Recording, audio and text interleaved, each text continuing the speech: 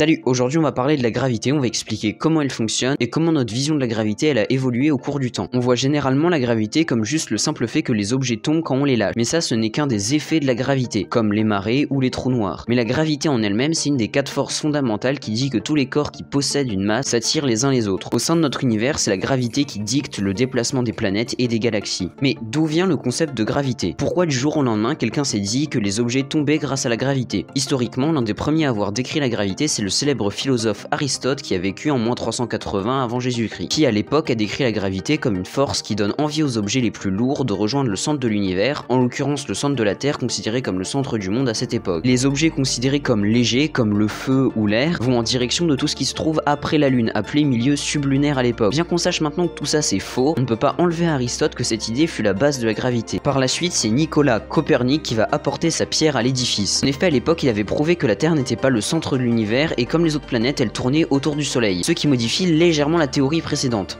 En effet, selon celle-ci, les objets cherchent à rejoindre le centre de l'univers. Or, il vient de démontrer que le centre de l'univers c'est plus la Terre et donc cette théorie n'explique plus comment les objets tombent. Donc la théorie ne marche plus. Et il en crée donc une nouvelle dans la foulée qui explique que les objets cherchent en réalité à rejoindre leur planète d'origine et non le centre de l'univers comme dit précédemment. Cette théorie n'est bien évidemment toujours pas exacte mais déjà beaucoup plus proche de la réalité. Mais le vrai point de bascule c'est Isaac Newton et sa propre théorie de la gravitation. C'est pour ça qu'on a tendance à le considérer comme le père de la gravité. Selon son modèle, ce ne sont plus les éléments qui sont attirés par leur lieu d'origine, mais juste que tous les objets qui ont une masse s'attirent les uns les autres. Deux facteurs principaux influent sur cette attraction. Premièrement, la masse des objets. En effet, plus la masse d'un des deux objets est élevée, plus la force d'attraction est forte. Et le deuxième facteur, c'est la distance. En effet, plus les objets sont proches et plus la force d'attraction sera forte. Grâce à ça, Newton il arrive à savoir comment une pomme va tomber ou comment la Lune tourne autour de la Terre. Mais il n'arrive pas à savoir pourquoi. Et il va falloir attendre le XXe siècle et les découvertes de Einstein pour enfin faire bouger les choses et pour expliquer le fonctionnement de la gravité. Einstein il va alors décrire l'univers comme un monde en 3 dimensions d'espace et une dimension de temps, ce qui va former l'espace-temps. Pour se représenter la théorie, il va falloir imaginer que l'espace-temps c'est un drap tendu et que les objets qui ont une masse font un pli sur ce drap, donc ils courbent l'espace-temps. Et donc si on pose un deuxième objet moins massif sur le drap à côté du premier, on voit qu'il courbe également le drap, mais moins que le premier car sa masse est plus faible. La courbure dans le drap engendrée par le premier objet va faire glisser le deuxième vers le centre de la courbure, comme si tu lâchais une bille dans un bol. Si on regarde depuis le haut la scène qu'on vient de décrire, on voit bien le premier objet attirer le deuxième, comme dans le modèle de Newton. Pour expliquer la rotation des planètes, la théorie d'Einstein explique simplement que lancé à une vitesse suffisante, l'objet ne part pas tout droit car il est attiré par le premier et ne le rejoint pas car sa vitesse lui permet de ne pas être trop attiré. La théorie d'Einstein a permis plein de nouvelles avancées scientifiques comme la découverte des trous noirs ou encore la résolution de problèmes rencontrés par les scientifiques. En effet, avec le modèle de calcul de Newton, on n'arrivait pas à prédire exactement la trajectoire de Mercure. Vous pensez sans doute que l'histoire de la gravité est finie, mais non, elle est toujours en train de s'écrire actuellement. Les physiciens essayent d'unir la gravité, qui est une des 4 forces fondamentales comme on l'a dit, et la mécanique quantique qui décrit ce qui se passe aux plus petites échelles possibles. Ce qui est extrêmement dur car la gravité est la seule des 4 forces fondamentales qui n'a pas d'application à l'échelle quantique, ou en tout cas où on n'a pas trouvé d'application. Elle n'a également pas de particules élémentaires pour la représenter. Mais c'est quand même important pour les physiciens d'unifier les deux pour pouvoir comprendre l'univers sans avoir à faire cohabiter les deux théories. On voit quand même qu'en l'espace de plus de 2000 ans, notre vision de la gravité est passée du principe de l'attraction des éléments au centre de l'univers à une courbure de l'espace-temps due à la masse des objets. Il faut bien se rendre compte qu'énormément de scientifiques ont travaillé pour faire évoluer ce modèle et atteindre cette théorie qui pourrait encore être modifiée dans le futur. Et voilà, c'est la fin de cette vidéo sur la gravité. J'ai ouvert un serveur Discord, donc si vous voulez venir discuter ou proposer des suggestions sur la chaîne, n'hésitez pas à le rejoindre. Merci d'être resté jusqu'ici, salut!